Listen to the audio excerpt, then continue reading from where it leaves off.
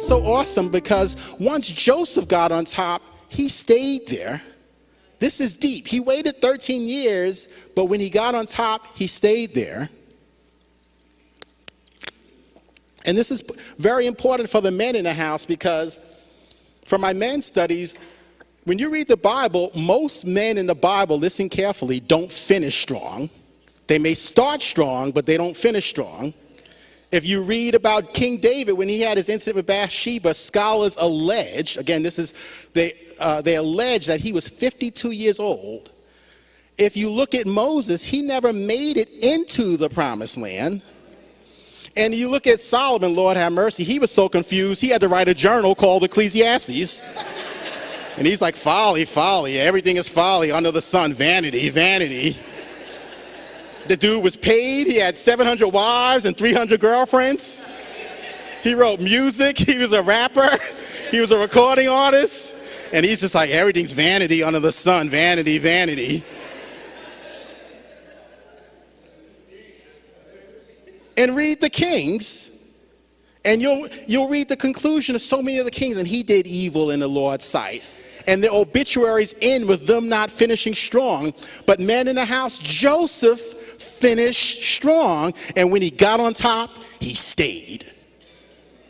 It may have taken him 13 years, but he stayed.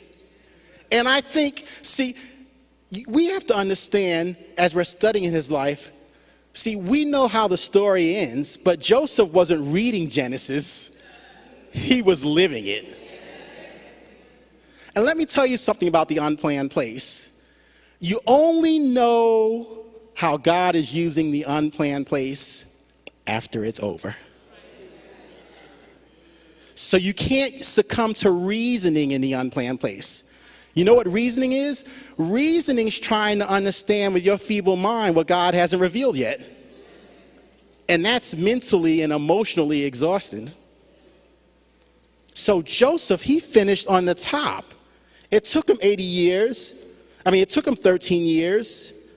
But when he got there, he stayed. And that's a word for the men, because you know what? Most men usually wig out around the medium age of the average man in this room right now. They have midlife crisis, but you got to remind yourself, I got to finish strong. I'm called to be king, prophet, and priest. My wife's counting on me. My kids are counting on me. The people in my church are counting on me.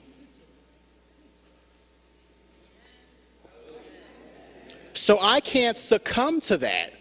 I got to go to the Fridays men's meetings. I got to go to the Heart of Man series. I got to get in an accountability group. You watch David's life. When he had Jonathan in his life and Nathan, he was doing all right. But when he started isolating and when he lost his vision, you'll read at the time when kings go out to battle, tells us in 2 Samuel 11, it says, David stayed home. What happened? He lost his vision. It says he woke up one evening. In other words, dude was taking a nap. In other words, like, Dave, it's 3 o'clock in the afternoon, bro. Get up and go to war. Get off your sofa. But he lost his vision. So Joseph's life teaches us the power of finishing strong.